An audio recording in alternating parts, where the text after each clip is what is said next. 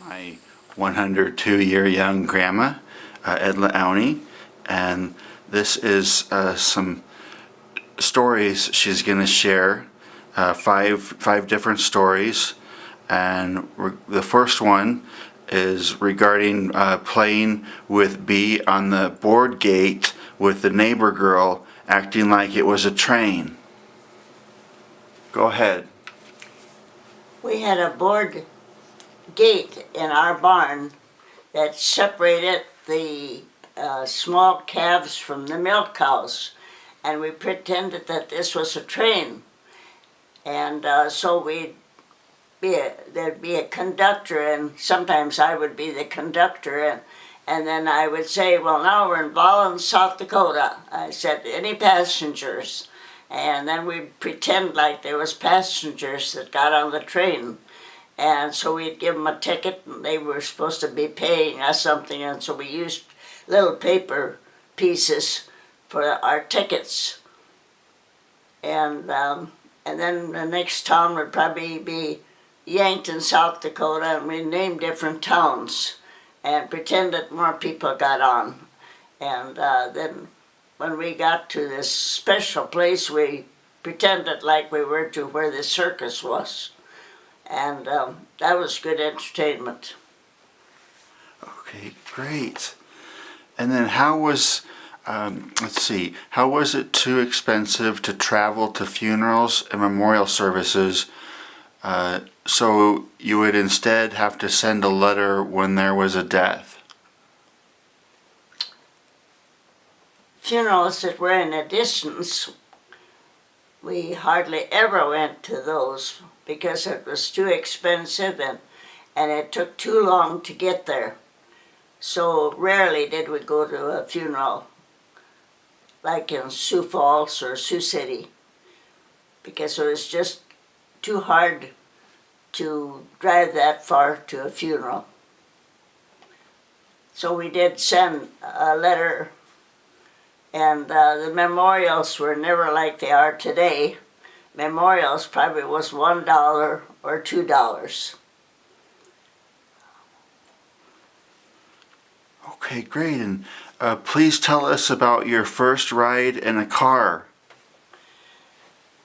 Well, I don't remember my first trip in a car, but I have a picture of myself and Aunt Jo and my dad and my grandpa and my sister Bee, and I was about probably 8 months old or something like that. But of course I don't remember that. And I don't remember when I first rode in a car. Okay, and could you tell us how telephones worked and your first phone memories? Well, I remember the first telephone we had when we lived closer to Irene. It was 7 miles from Irene. And I remember when we got our telephone, it was 3F310 was our number. And that was 3 short and 1 long. And there was a little crank on the phone, and then we'd crank that little crank that was on the phone 3 short times, and then it would be 1 long. So that was 3F310. Okay, and then please tell us about when you first got indoor plumbing. Well, we didn't have indoor plumbing where I lived, except for a pump that we'd pump, and that was in my kitchen, and it would be a drain that would drain out into the field. So that's about the outdoor plumbing we had, and no toilet facilities. It was an outhouse at that time. And the first time we had indoor plumbing was in 1953.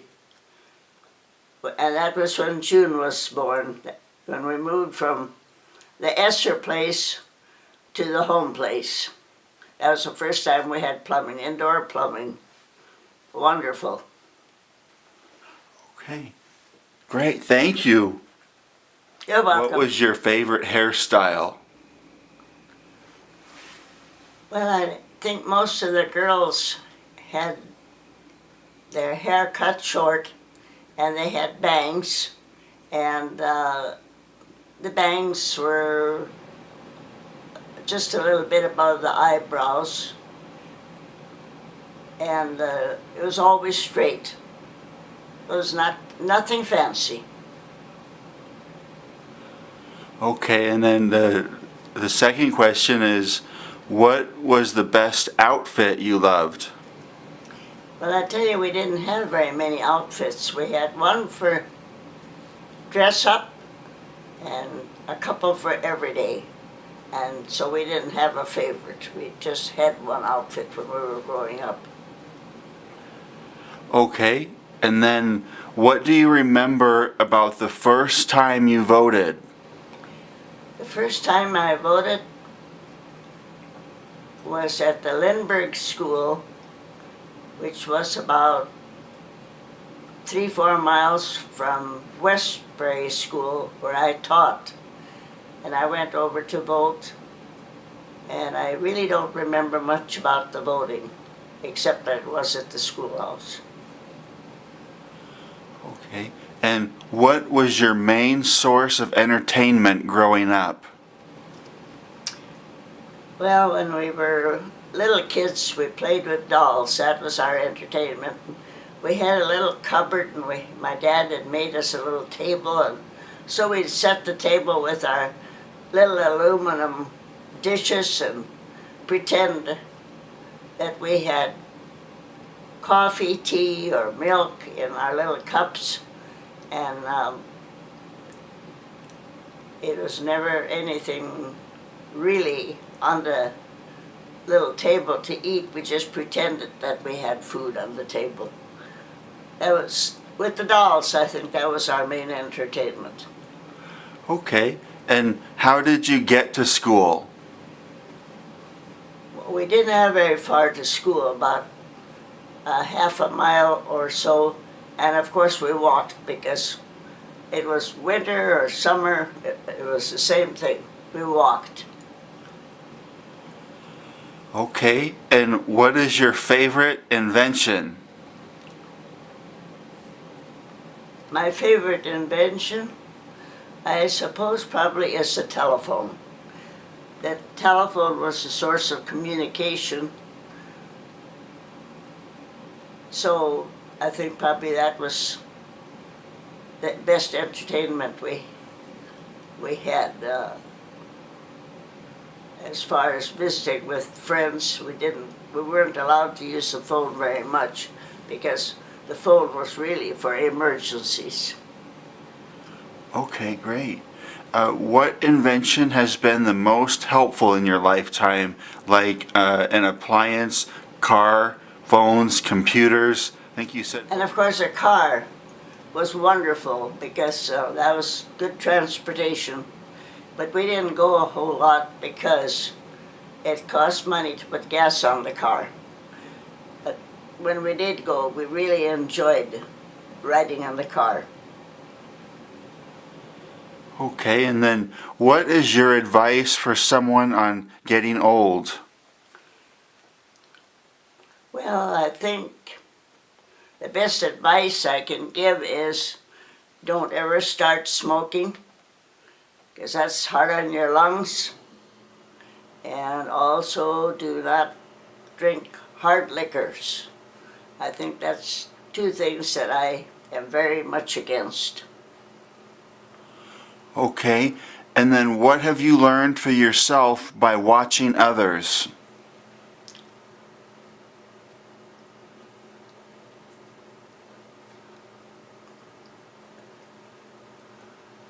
I think being polite to others is probably the main thing. You do unto others as you want them to do unto you. Okay, great. What are the things that make it worth living for you now? Like coffee and ice cream and talking with your kids on the phone and grandkids, etc., etc.? I think what I enjoy is people stopping in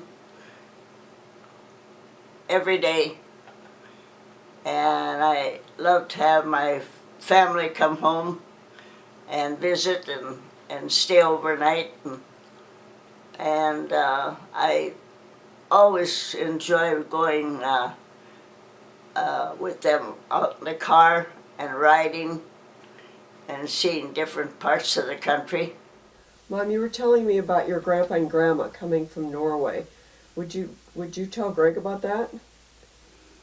Well, Grandpa and Grandma left Norway in 1882, and it was my grandpa Pat, my grandma Berit, and then my aunt Annie, Ingeborg, and Christina. Christina was my mother.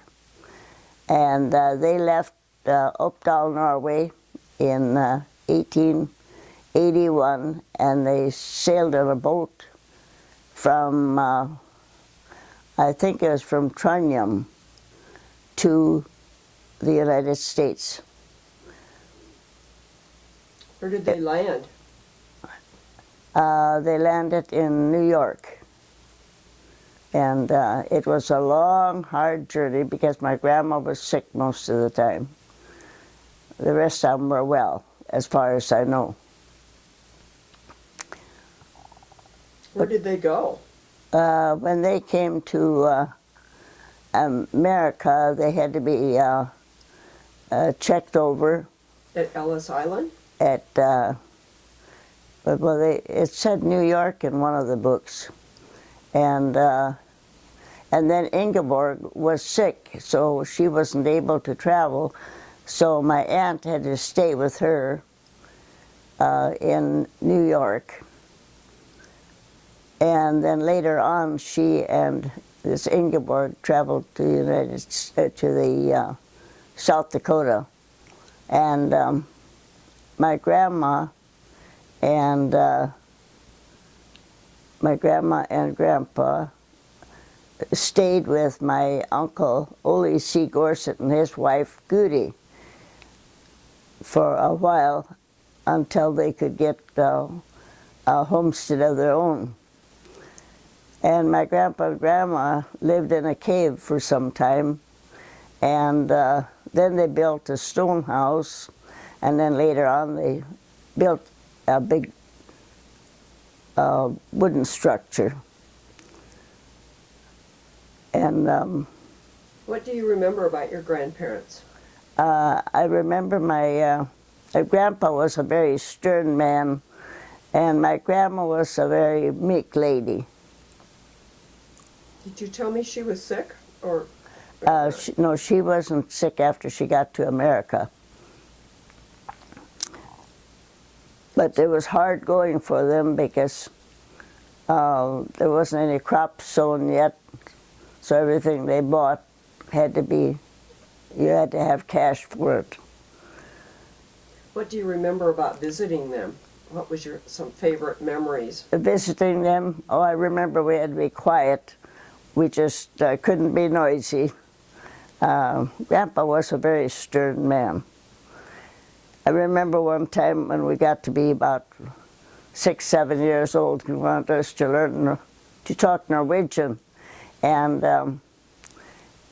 he had a paper that came from Decorah, Iowa, and of course we didn't know the Norwegian language at all, and the only word that I ever could remember was OG, which was og and meant and that's about the only word. And he just thought we should be able to read the Decorah Post, and of course, being a child, we could care less reading Norwegian. So what about speaking? Were you able to speak Norwegian? Oh yes, we spoke Norwegian all the time, and when I started school, I wasn't able to speak the English language because my grandpa and grandma spoke Norwegian, and so of course my mom always spoke Norwegian to them. And my dad wasn't home very much because he was a carpenter, and so of course he only knew the English language. So it was kind of a difficult beginning. And Grandpa wasn't even Norwegian. No, my dad was German and Dane. So could he speak Norwegian? No, he couldn't. How did Grandma learn English?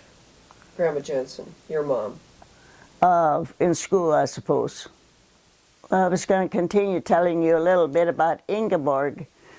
She was the middle child, and she was sickly when she got to America, and she had to remain in quarantine over in New York.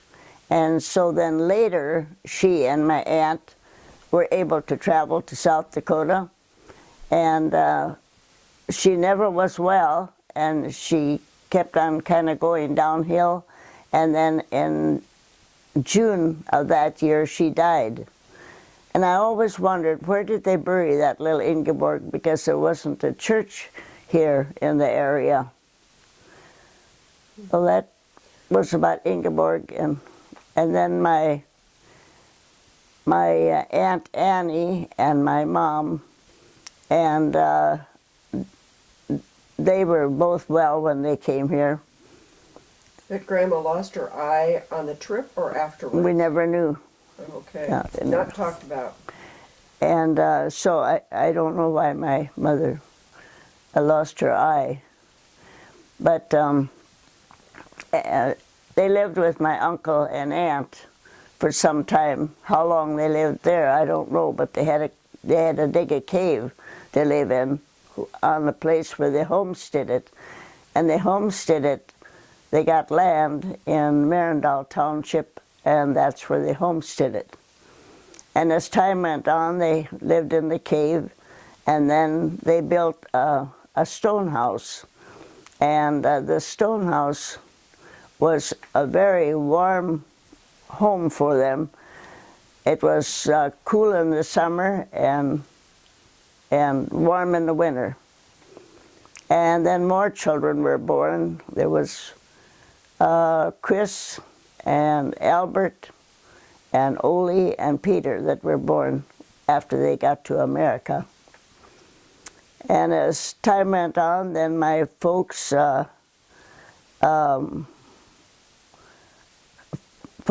Aunt Elizabeth married Hans Peter Nelson from 1 mile west of Irene and 1 3/4 miles north of Irene. She married him, and my mom spent some time over there because it was her Aunt Elizabeth, but it turned out that it was my dad's grandpa. So it was kind of strange for us, because when my dad would talk about Grandpa Nelson, he would say Grandpa Nelson, and of course when my mom spoke about him, she'd say my uncle. And it was her uncle, but it was my dad's grandpa. So that's how they met, with some common relatives. They met because it was my dad's uncle, and it was my mom's grandpa. So where did they live when they got married?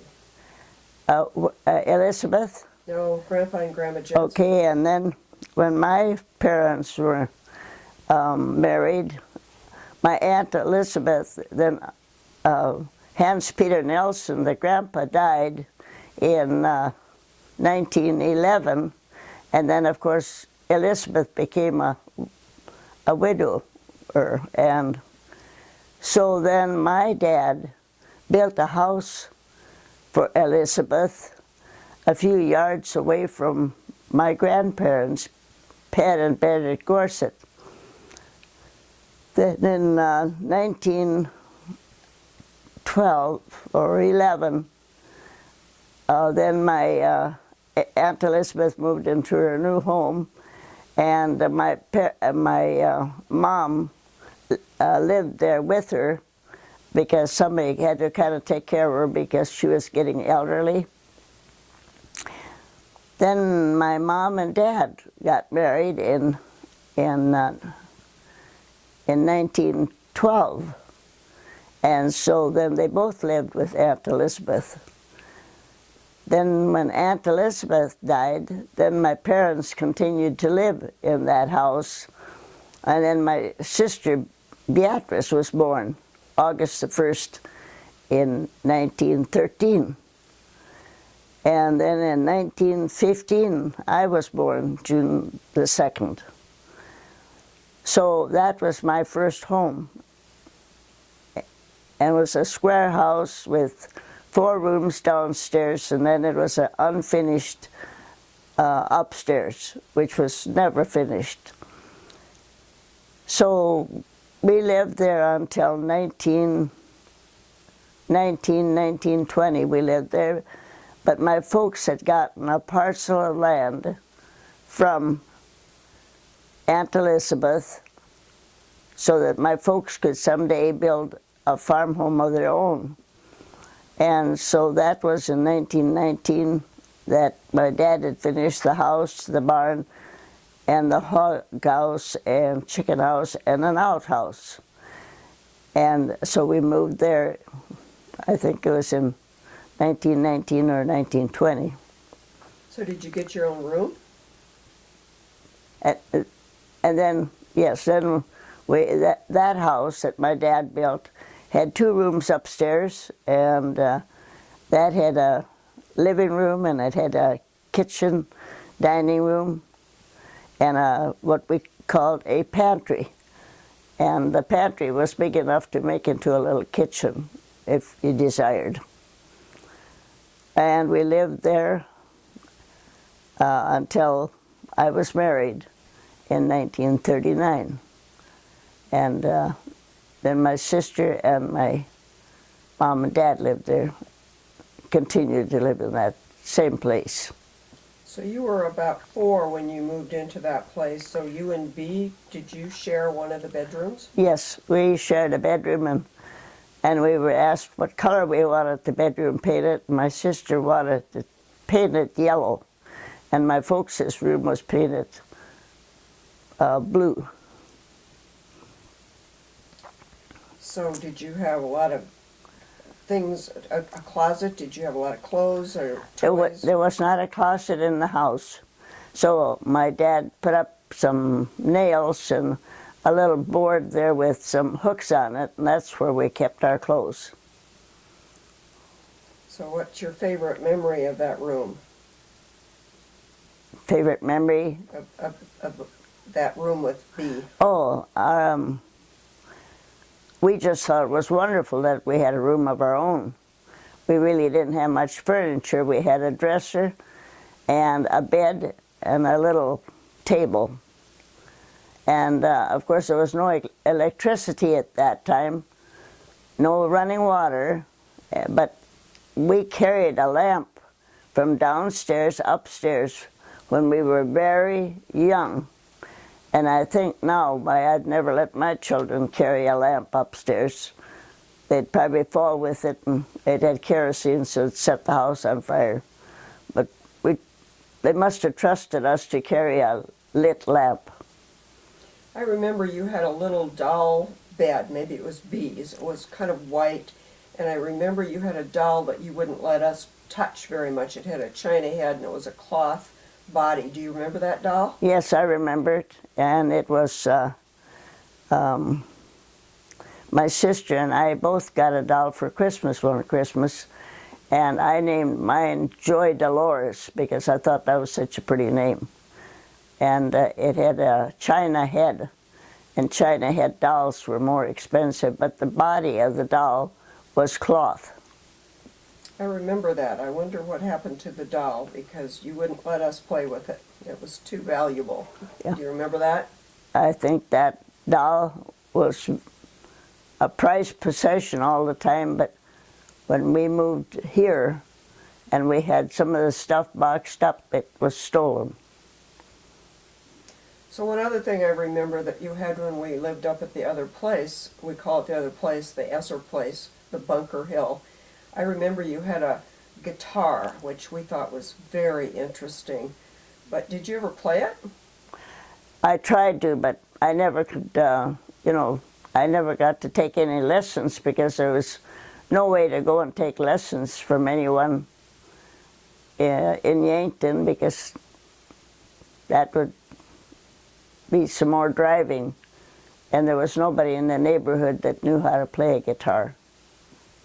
I remember Eldine and I, probably maybe Olin, finding it up in that closet up at the other house, and finding it very interesting to remove the strings, and I'm not sure what other damage we did. You probably weren't too happy with us. I don't remember that. It's a good thing I don't. Some things it's better to forget. Yeah, that's right. It's November 25th, 2017, and this is Edla Aune at 102. So Mom, you started a new career probably in the early 1970s. You started painting. Tell us about the painting that's behind you. Well, I have 4 paintings or 5 that are still life. I never did really like making painting still life pictures, because I was always thinking about I'd like to paint mountains and trees and things like that, houses. But the still life was really an education in itself, because I learned a lot when I did still life. And here is one of my paintings that I did, and I took a lesson from a lady by the name of Betty Darlene from, I think she was from Centerville. She was a very good teacher, so I learned about mixing paints and so on from her. So did you win a prize on this one? No. I was thinking you won a prize. What is it? That's the tea kettle and the... Oh, and this tea kettle on here is a tea kettle that I brought along to paint, and it was a tea kettle that came from Norway. Where is it now? And right now it's on a shelf in our dining room. Oh yeah, that's right. And what about the frame? Interesting. The frame was made by a pastor of ours, and he did quite a few for me, and so it kind of blends in with the painting. Well, and Dad made a lot of your frames later on. From Barnwood? He made some of the ones that I thought I had. No. He never cut them? Dad never made? No. Somebody else always cut those. Huh, okay. What about, got another one. Tell us about this one.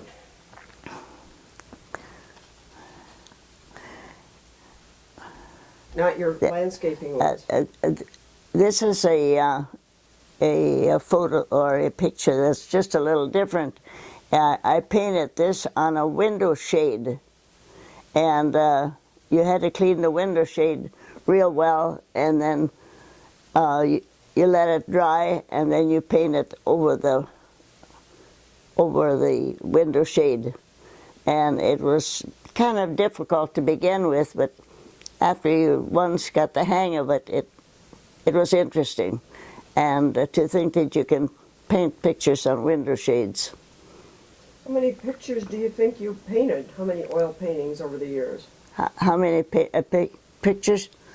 Oh, I probably painted 500 or more. You sold some too, as I recall. And I sold a lot of paintings.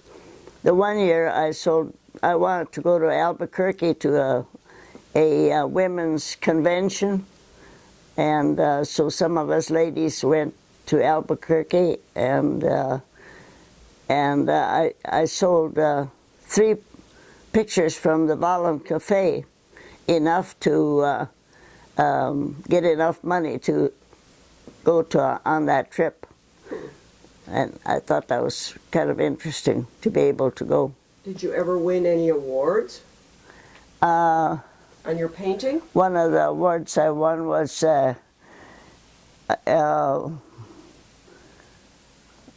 was a school.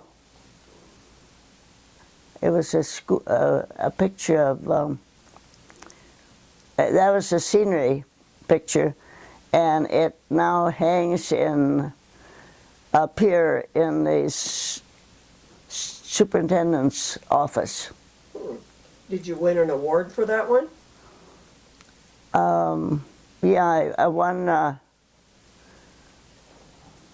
I won something, but I can't remember what it was. I thought you were South Dakota Painter of the Year one time, or did I? Oh, make that was the year when I painted the calendar for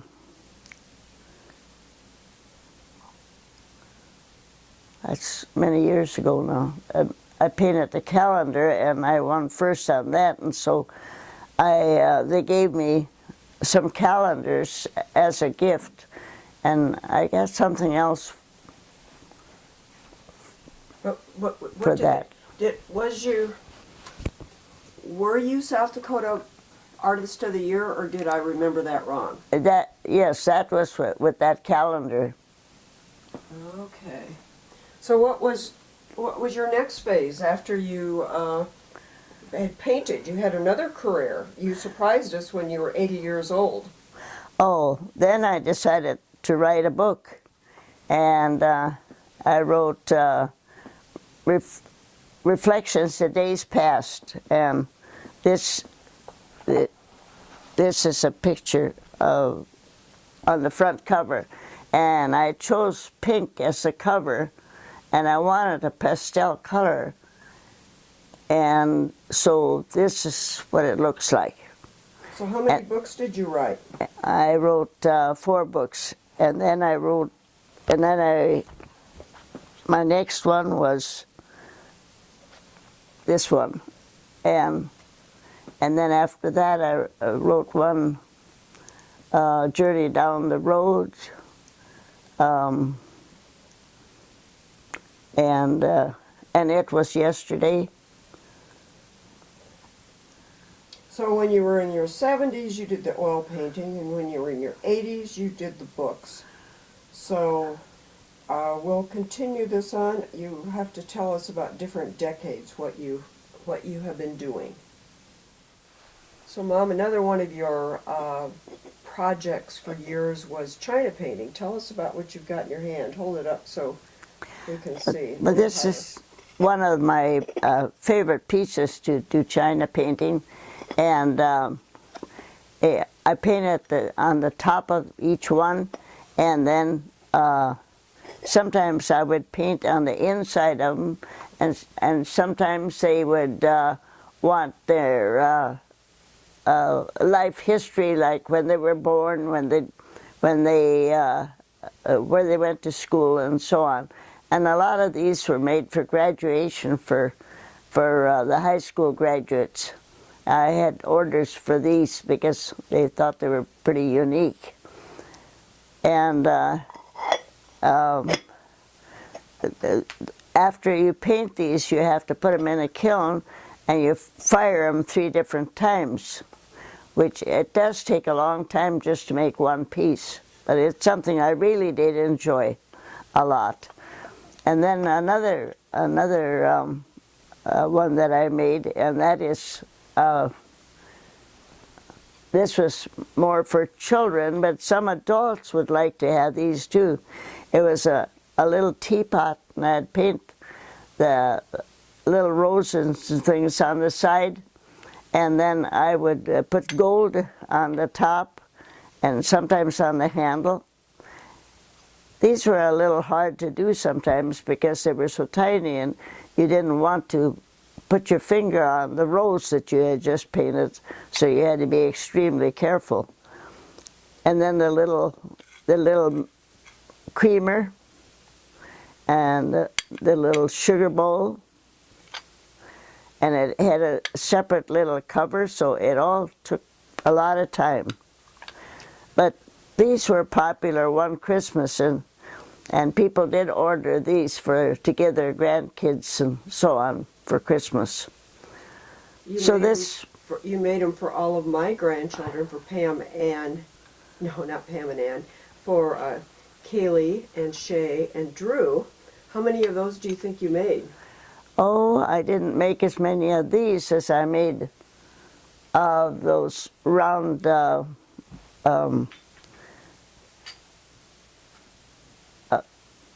ones I showed you first. I made a lot of those, and they were for graduation and so on. And these were very, very popular, the little shoes. And I'd put the baby's name and how much the baby weighed and whatever the people would want. And I sold hundreds of these. And I think when I started out, they were $8 a piece. And then the china cost more as time went on, so then I had to raise my price to $10. And even at that, it was cheap. How many hours would it take to make one? Well, it didn't take so long to really make one, but it was the firing 3 different times that took the time. So you didn't finish it in one day. You paint it, and then you fired it, and then you'd have to wait till they cooled, and then you'd go over the same process a second time or a third time. And plates was my most popular thing. And a lot of times people wanted the name of the person on the back and something else written on it. And I'd use some gold, or I'd use a special paint to write what the information that they wanted. And this was one of the hardest things I made, because it was very difficult to be sure to get the flowers in the right place, and so that you didn't touch anything after you got it done, and then you slip it into your kiln. And to put the gold on was more expensive, so I always had to charge more if I put gold on the china that I painted. And plates probably was my most popular, and I painted hundreds of plates in the time when I was painting. Did you teach any classes on china painting? I know you went to some. On china? Yeah, did you teach china painting? I didn't teach any china painting. I taught oil painting for several years. And I had the classes right here in my dining room, and we really enjoyed doing that. The classes started at 9 o'clock and they lasted till 11:30. But you did some in schools too, didn't you? The paintings, yeah. I taught oil painting at Hurley School and at Irene and Wakanda. And that was interesting because they were 6th graders and they really enjoyed it, especially making little snowflakes. So do you have a preference for china painting or oil painting?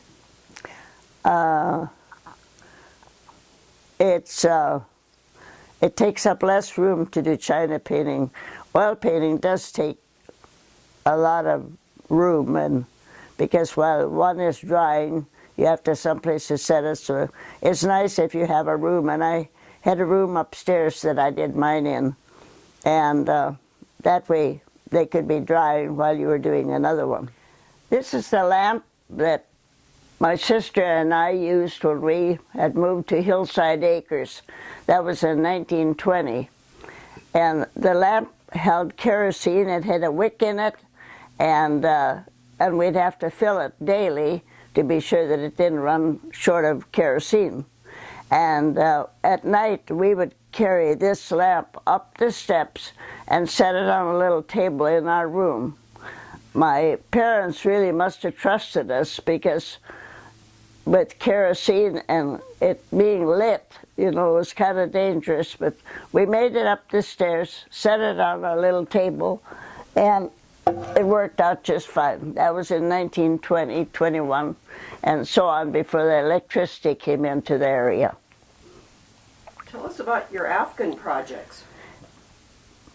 this is one of the first Afghans I made, and I like this Afghan pattern, and so I chose the colors that I had seen in another Afghan, and I've always liked this one, have used it for many, many years. And then this Afghan is one that I made for Aldine, one of the latter years when he lived, and he picked out the colors himself, and it looked a little drab, so we added one more color to it. So he enjoyed using this for many, many years. Did he have special instructions on you making it? Well, he picked the colors himself, but we added one color to make it a little nicer. What about the size? It's the biggest one I ever made, and I said I'm never going to make another one this size, because it was in the summertime. It was so hot to have over my legs, and this is crocheted. What about the other one? And the other one over here is another one of the first ones I made for Aldine. And I made one for Aldine and Olin and Kent and David. I made one for each of them, and they were all in different colors. And you called that pattern a houndstooth pattern. And it was easy, and we're still looking for the pattern so I could make another one. But we have never been able to find the pattern. So you made those for the boys. I made those for the boys, so they each had one. What about the girls? The girls, they had other Afghans. You had to be fair and make sure everybody got the same number. Yep, everybody had one or two, and everybody, all the grandchildren got Afghans when they were born. And also the children when they were born. They all had a nice little soft Afghan to cover themselves up with. And some of the grandchildren kept those Afghans with them and slept with them for years and years. And I have my Afghan that you made me, Grandma, and I just love it. That's good. Yeah. How many Afghans do you think you made? Oh. Well, I know it was over 100 It's a lot of Afghans. Afghans, yes. So, Mom, you're sitting in the little north room upstairs at your house, and tell us about the bed that the frame is showing behind you. Well, the headboard that you see, and then there was a dresser, and there was a little chest of drawers that my father made when he was in North Dakota.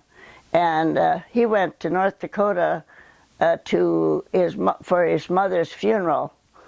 And then he stayed with my Aunt Lydia, and while he was staying with her, she wanted a bed and a dresser and a little chest made.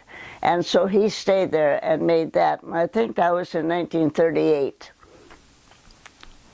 And now you've got And then when my grandma died and my Aunt Lydia had passed away, then my cousin Francis Rosenberg asked me if I'd be interested in coming and getting it. And so Art and I took off for Montana, and we brought this home. We put part of it in the trunk of the car, some of it we tied on top of the car, and so we got it all home in one trip.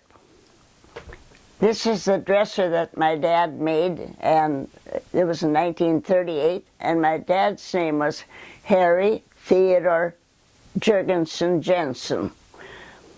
And he made this for my Aunt Lydia when he was up there for his mother's funeral.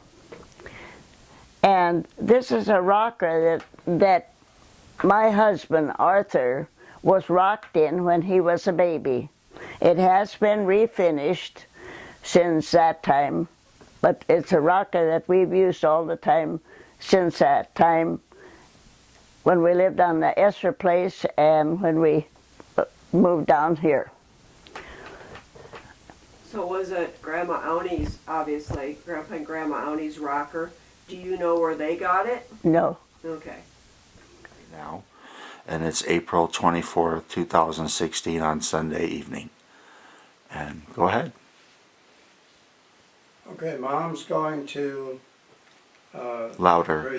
Mom's going to recite a poem that I've liked since I was little, and I think she's got it memorized.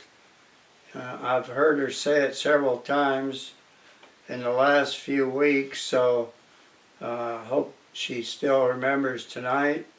If she doesn't, we'll start over, or we'll start again and get it, because I think she can do it.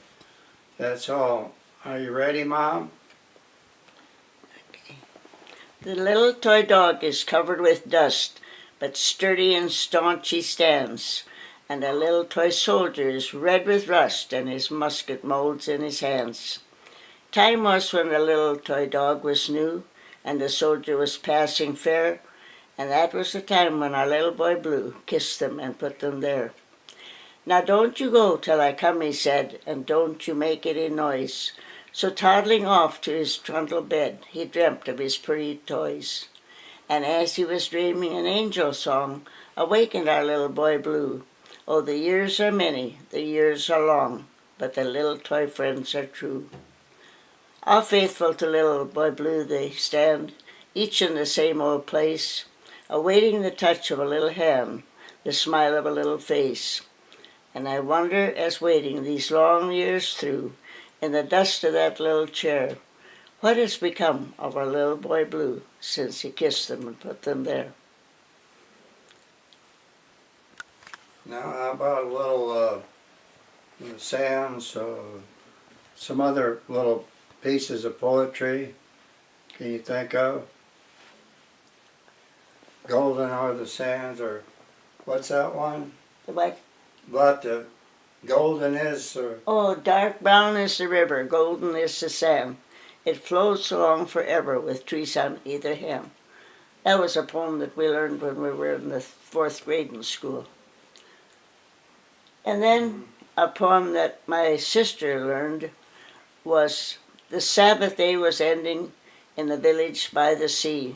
The uttered benediction touched the people tenderly. It's one of hers. And What about Gillette's? well, any other one? I can't think of one right now. I can't How either. about Trees by Joyce Kilmer? Oh, I think that I shall never see a poem lovely as a tree that looks at God all day and lifts its leafy arms to pray. That's about all I can remember about that at the moment. Poems are made by fools like me, but Only God can make a tree. That's right.